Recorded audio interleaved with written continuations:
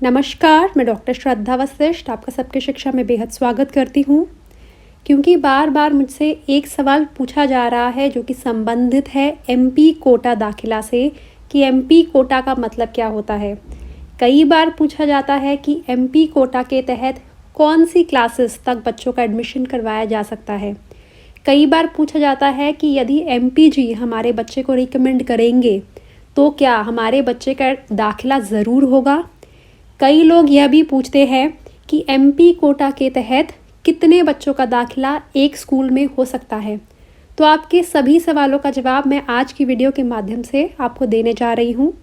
मैं आप सभी से यह अपील करूँगी कि इस वीडियो को आखिरी तक ज़रूर देखिएगा, क्योंकि बहुत बार ऐसा होता है आप वीडियो आखिरी तक नहीं देखते, वीडियो से संबंधित सवाल पूछते हैं जिनका जवाब मैंने उस वीडियो में ऑलरेडी दे दिया होता है। मतलब कि वीडियो में सवाल का जवाब आ चुका है और उसी वीडियो से संबंधित सवाल नीचे लिखे गए हैं। तो ऐसा इसीलिए होता है क्योंकि वीडियो पूरी नहीं देखी गई होती है। आप वीडियो आखिरी तक देखेंगे तो आपके मन में कोई शंका नहीं रहेगी। फिर भी अगर कोई भी पॉइंट ऐसा लगे जो आपको लगे कि जिसकी वजह से आपके मन में शंका पैदा हो रही है या फिर आप उस पर क्लैरिफिकेशन चाहते हैं, तो नीचे कमेंट सेक्शन में लिख कर बताएं। मैं कोशिश करूँगी आपके द्वारा पूछे जा रहे पॉइंट पर, आपके द्वारा पूछे जा रहे सवाल पर मैं वीडियो बनाऊँ।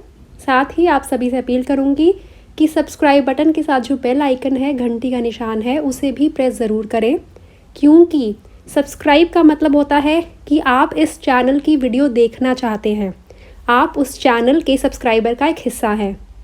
और बेल आइकन का मतलब ये होता है कि हमें सही समय पर इस चैनल की वीडियो भेजिए।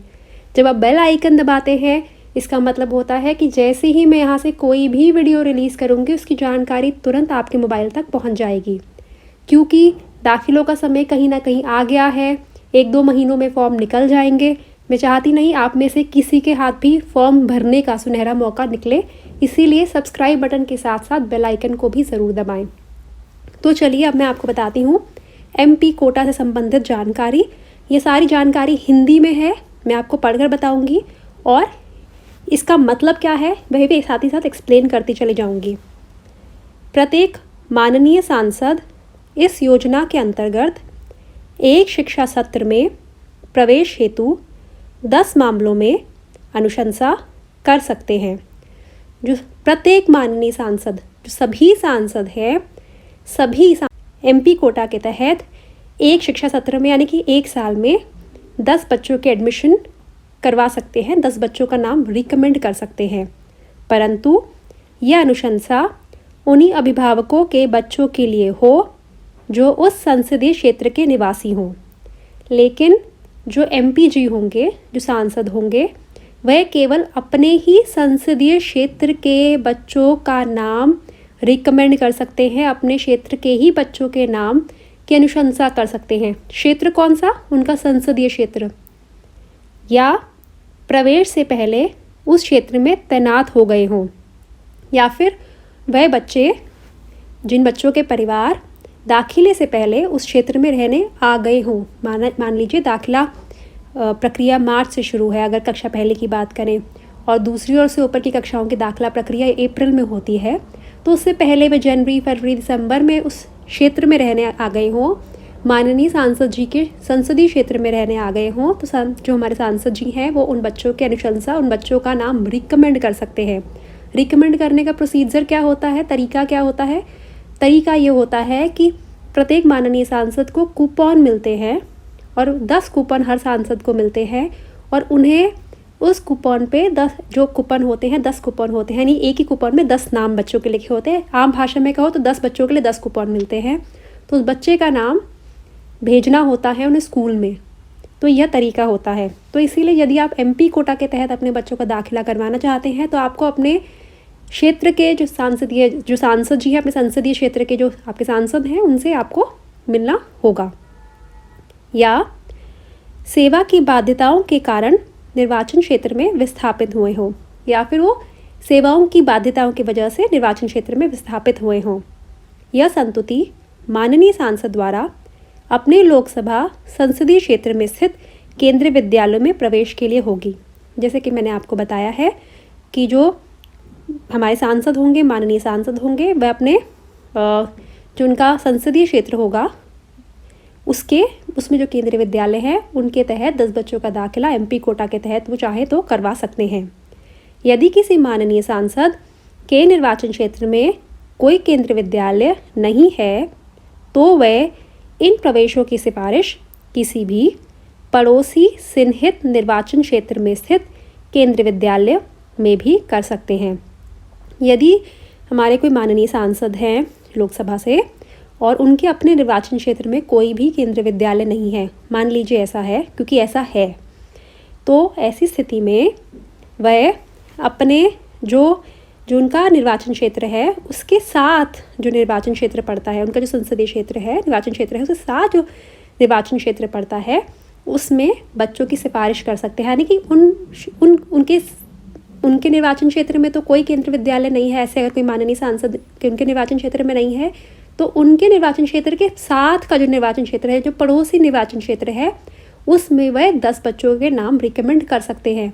लेकिन केवल स्थिति वही कि यदि उनके निर्वाचन क्षेत्र में कोई केंद्रीय विद्यालय नहीं है तो, अन्यथा वह ऐसा नहीं कर सकते। मैं फिर से इस बात को, अपने इस पॉइंट को क्लियर करना चाहूँगी कि यदि किसी सांसद के क्षेत्र में केंद्रीय विद्यालय नहीं है तो वह पड़ोसी जो उनके निर्वाचन क्षेत्र है उसमें 10 बच्चों का नाम रिकमेंड कर सकते हैं, 10 बच्चों के नामों की अनुशंसा कर सकते हैं। अन्यथा यदि उनके क्षेत्र में केंद्रीय विद्यालय है तो अपने ही क्षेत्र के केंद्रीय विद्यालय में जितने केंद्रीय विद्यालय हैं उनमें बच्चों के नाम की अनुशंसा करेंगे। राज्यसभा सांसद के लिए इस उद्देश्य हेतु वह राज्य उनका संसदीय क्षेत्र माना जाएगा। यदि हम बात करें राज्यसभा सांसद के तो इसके लिए उनका जो राज्य है वो उनका संसदीय क्षेत्र माना जाएगा जिससे वह चुने गए हैं। राज्यसभा एवं लोकसभा के मनोनीत सांसद देश के किसी एक विद्यालय या अन्य विद्यालयों में 10 मामलों की अनुशंसा कर सकते हैं। मतलब कि जो राज्यसभा के सांसद हैं और लोकसभा के सांसद हैं, हर सांसद को 10 कूपन मिलते हैं, 10 कूपन मिलते हैं, यानी कि 10 बच्चों का नाम वह रिकमेंड कर सकते हैं, 10 बच्चों के नाम की अनुशंसा कर सकते हैं। यदि उनके अपने निर्वाचन क्षेत्र में केंद्रीय विद्यालय है, उनके अपने संसदीय क्षेत्र में केंद्रीय विद्यालय है तो वह उसमें करेंगे, या फिर पड़ोसी निर्वाचन क्षेत्र के केंद्रीय विद्यालय में करेंगे। और वे चाहे तो एक ही विद्यालय में 10 बच्चों का नाम रिकमेंड कर सकते हैं या फिर चाहे तो अलग अलग केंद्रीय विद्यालय में। और आमतौर पर जब माता पिता जिनसे आके बात करते हैं, वह जिस भी केंद्रीय विद्यालय के बारे में उनसे बात करते हैं, वह उस केंद्रीय विद्यालय में उन बच्चों का नाम रिकमेंड कर देते हैं। मतलब कि वह एक स्कूल में भी, एक केंद्रीय विद्यालय में भी 10 बच्चों के नाम रिकमेंड कर सकते हैं, चाहे तो अलग अलग केंद्रीय विद्यालय में नाम रिकमेंड कर सकते हैं। अब कुछ बहुत ही महत्वपूर्ण दिशा निर्देश जो कि केंद्रीय विद्यालय संगठन ने बनाए हैं MP कोटा दाखिला से संबंधित, और हर दिशा निर्देश को आप बहुत ही ध्यान से सुनिएगा क्योंकि इससे संबंधित बहुत सारे सवाल पिछले 2-3 सवालों से मुझसे पूछे जा रहे हैं। आपके मन में कोई भी शंका नहीं रहनी चाहिए जब MP कोटा की बात करते हैं, क्योंकि वीडियोस बनाने का मेरा उद्देश्य ही यही है कि दाखिला से संबंधित यदि आपके मन में कोई शंका नहीं होगी तो आप नियमों को समझ पाएंगे, नियमों का लाभ उठाकर अपने बच्चों का दाखिला करवा पाएंगे। तो सबसे पहला जो बहुत ही महत्वपूर्ण एक पॉइंट है जो कि संबंधित है MP कोटा दाखिला से, वह ये है कि वह प्रवेश कक्षा की निर्धारित संख्या के ऊपर होंगे। मतलब कि जैसा कि हम सब जानते हैं केंद्रीय विद्यालय के हर सेक्शन में 40 बच्चे होते हैं। तो यदि हमारे माननीय सांसद किसी बच्चे का नाम उस केंद्रीय विद्यालय में उस कक्षा के उस सेक्शन में रिकमेंड करते हैं और उस सेक्शन में ऑलरेडी बच्चे पूरे हो चुके हैं, तब भी उस बच्चे का दाखिला होगा, क्योंकि उस बच्चे का नाम MP कोटा के थ्रू रिकमेंड किया जा रहा है। माननीय सांसद जी के द्वारा कूपन का इस्तेमाल करते हुए, जो कूपन होंगे, कूपन का इस्तेमाल करते हुए जो बच्चों का दाखिला होगा उसके लिए केंद्रीय विद्यालय मना नहीं कर सकता। यह ओवर एंड अबव एडमिशन होते हैं, यानी कि निर्धारित संख्या से ऊपर होते हैं। आपको इस पॉइंट में कोई भी कन्फ्यूजन नहीं होनी चाहिए। मैं फिर से एक बार बताती हूँ, यदि आपके बच्चे के दाखिले के लिए MPG ने कूपन स्कूल को भेजा तो स्कूल को दाखिला देना होगा। दूसरा पॉइंट, यह अनुशंसा केवल कक्षा 1 से कक्षा 9 तक की कक्षाओं के लिए की जा सकती है। मतलब कि जो MP कोटा के तहत बच्चों के दाखिले होते हैं वह पहली से 9वीं कक्षा के बच्चों के ही हो सकते हैं, यानी कि पहली, दूसरी, तीसरी, चौथी, 5वीं, छठी, 7वीं, 8वीं और 9वीं। कक्षा 10वीं, 11वीं, 12वीं में दाखिले नहीं होंगे। मैं फिर से बताना चाहूँगी, MP कोटा के माध्यम से कक्षा 10वीं में, 11वीं में और 12वीं में दाखिले नहीं होंगे। सिर्फ पहली से 9वीं तक दाखिले होंगी MP कोटा के तहत। अगला माफ़ कीजिएगा पॉइंट, यह प्रवेश शिक्षा सत्र के प्रारंभ में ही किए जाएंगे। निर्धारित अंतिम तारीख के बाद कोई प्रवेश नहीं किया जाएगा। मतलब कि जो दाखिले होंगे, ऐसा नहीं है कि दाखिले आपने दिसंबर के महीने में गए MPG के पास कि भाई मेरे बच्चे का दाखिला तो आप अपना कूपन दे दीजिए, मेरे बच्चे का दाखिला करवाना है, दिसंबर में ही करवाना है, अभी करवाना है। ऐसा नहीं होता। ये शैक्षिक सत्र के शुरुआत में होते हैं। यानी कि शैक्षिक सत्र आप सभी को पता है भारत में 1 अप्रैल से शुरू होता है। तो 1 अप्रैल से जो दाखिले की आखिरी तारीख होगी, आमतौर पर केंद्रीय विद्यालय में दाखिले की आखिरी तारीख 31 जुलाई होती है। तो 31 जुलाई जो भी दाखिले की तारीख आखिरी हुई, आमतौर पर 31 जुलाई होती है। तो आखिरी निर्धारित तारीख जो होगी, निर्धारित अंतिम तिथि तक ही दाखिले MP कोटा के माध्यम से हो पाएंगे। तारीख तक ही हो पाएंगे, उसके बाद नहीं होंगे। उसके बाद यदि MPG ने अपने 10 जो उनके कूपन है उसे इस्तेमाल नहीं करा, 10 के 10 कूपन का इस्तेमाल नहीं करा, तो वह वेस्ट चले जाएंगे, वह ख़राब चले जाएंगे, वो उपयोग में नहीं आ पाएंगे। इसीलिए यह माता पिता के लिए भी ज़रूरी है कि वे शैक्षिक सत्र के आरंभ में ही बच्चों के दाखिले करवा सकते हैं, ये जानना। और MPG के लिए भी जानना ज़रूरी है कि यदि अंतिम तारीख तक उन्होंने अपने कूपन का इस्तेमाल नहीं करा तो उनके कूपन वेस्ट चले जाएंगे, ख़राब चले जाएंगे। अब एक और बहुत ही महत्वपूर्ण एक दाखिले से संबंधित पॉइंट जो माता पिता आमतौर पर पूछते हैं मुझसे कि यदि MPG अपने लेटर हेड पर या किसी कागज़ पे यह लिख दें कि इस बच्चे को, फला बच्चे को दाखिला दे दीजिए, और यह खत लिखकर या लेटर लिखकर केंद्रीय विद्यालय को भेज दें, तो क्या हमारे बच्चों का दाखिला हो जाएगा? क्योंकि आमतौर पर माता पिता जब सांसद जी से मिलते हैं तो वे कहते हैं हमारे कूपन ख़त्म हो चुके हैं, आप लेट आए हैं। तो यदि आप इस तरह की स्थिति का सामना करते हैं तो मैं आपको बताना चाहूँगी कि केंद्रीय विद्यालय संगठन ने साफ यह निर्देश केंद्रीय विद्यालयों की प्रिंसिपल को, प्रधानाचार्य को दिए हुए हैं कि वह इस प्रकार के किसी भी लेटर के आधार पर, किसी भी खत के आधार पर, किसी भी पत्र के आधार पर बच्चों को दाखिला ना दे।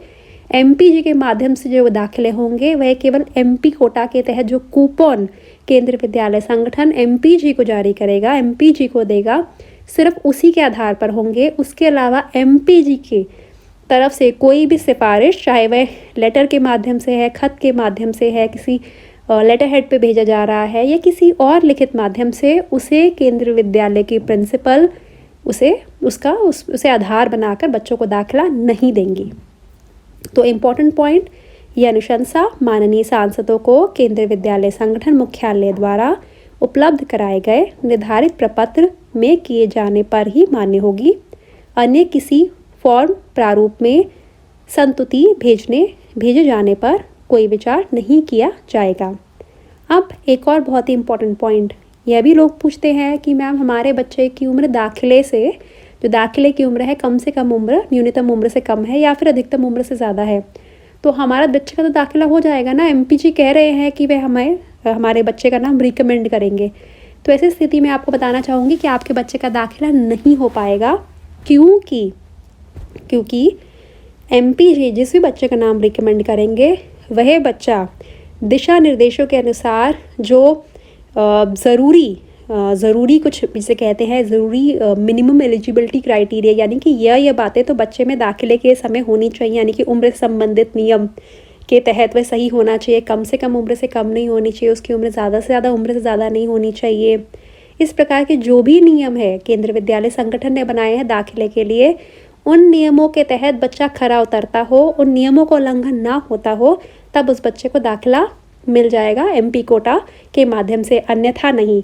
यदि बच्चे की उम्र दाखिले की उम्र से कम है या फिर ज़्यादा है, ऐसी स्थिति में नहीं मिल पाएगा। उम्र भी कम से कम उम्र से कम नहीं होनी चाहिए, ज़्यादा से ज़्यादा नहीं होनी चाहिए, और भी जो संबंधित नियम है वह नियम पूरे होने चाहिए, तभी MP कोटा के माध्यम से आपके बच्चों को दाखिला केंद्रीय विद्यालय में मिल पाएगा। एक बार जल्दी से पांचों जो पॉइंट है मैं फिर से बता देती हूँ, कोई कन्फ्यूजन ना रहे। सबसे पहले MP जी यानी सांसद जी विधानसभा के जो है, लोकसभा के हैं, सभी को 10-10 कूपन मिलेंगे। वह उन कूपन का इस्तेमाल कर दाखिले के अंतिम तिथि से पहले बच्चों का दाखिला करवाने में माता पिता की मदद कर सकते हैं। वे जिस भी बच्चे के नाम से कूपन केंद्रीय विद्यालय में भेजेंगे अपने संसदीय क्षेत्र में, उस बच्चे का दाखिला ज़रूर होगा, बशर्ते वह बच्चे की उम्र सही है और जो कुछ ज़रूरी मापदंड है, उस मापदंड पर बच्चा खरा उतरता है। दूसरा, दाखिला पहले से 9वीं कक्षा तक ही हो पाएगा।